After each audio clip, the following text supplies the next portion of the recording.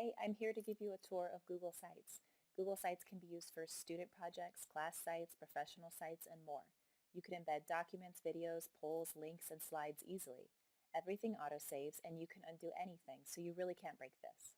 Sometimes Safari has trouble with Google Sites, so if your browser is giving you trouble, try the Google Chrome browser at google.com/chrome/browser. To begin, I'm going to go to sites.google.com/new. You may need to log in with your @ames.edu email, which is actually a Gmail account. You can click the plus button down at the bottom to create a site. So here's a example student website covering their research on a particular subject. I can create a site name over here.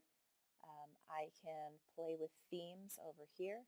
To insert pages, I can click a plus and move them around however I want. As soon as I press anything, I can click publish in order to publish it.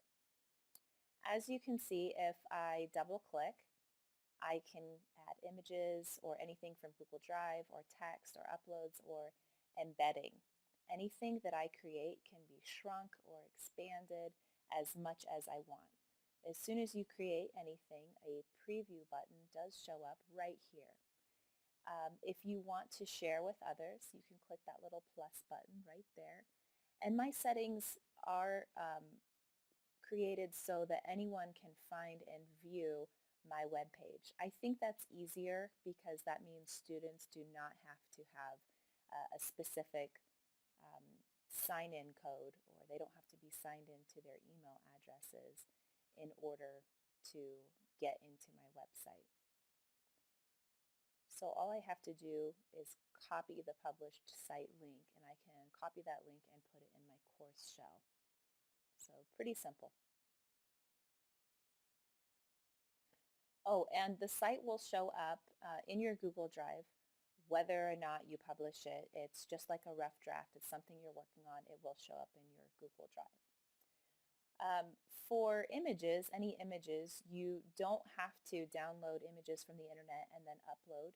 You could just simply click the images button and then do a little Google image search. So I'm just going to look for corn here because this is about GMOs.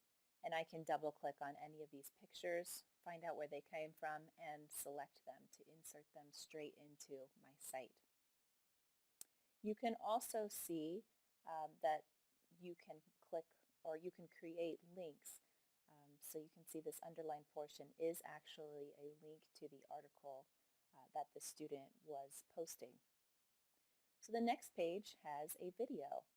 The student was able to do that by simply coming over here to the insert page where we have Google Embeds and clicking YouTube.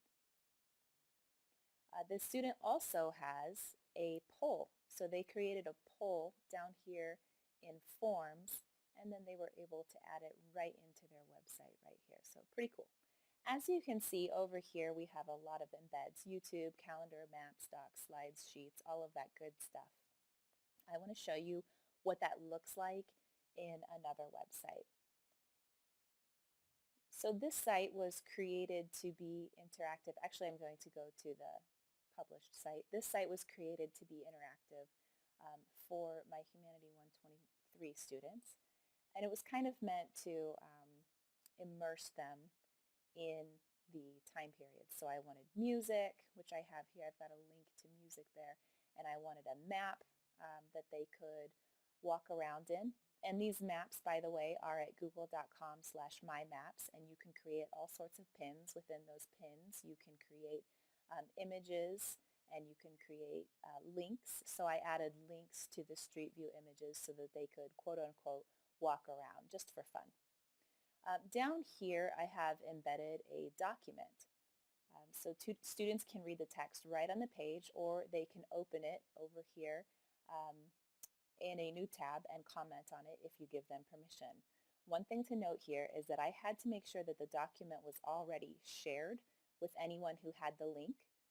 Otherwise, it was just a blank space on the web page, which is never fun. So I had to click share, and then I had to just make sure the settings were that anyone who had the link could view.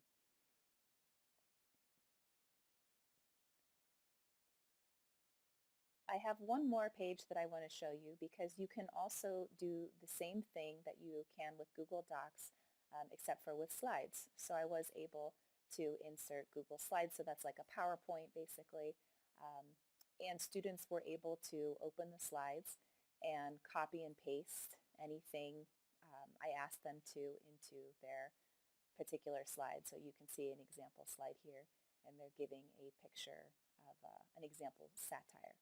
Again, for this type of thing, the Google Drive inserts, I found that you do have to make sure that you have it shareable and that the link is shareable. Otherwise, it just creates a blank space. All right, that's it. So if anyone wants to peruse the two sites that I've shown you today, I do have the student example site is right here. The link is sites.google.com/view. So I'm not going to read that. And then the second class site link is right here. So do feel free to go ahead and take a look at that if you want to get more ideas. Thanks so much.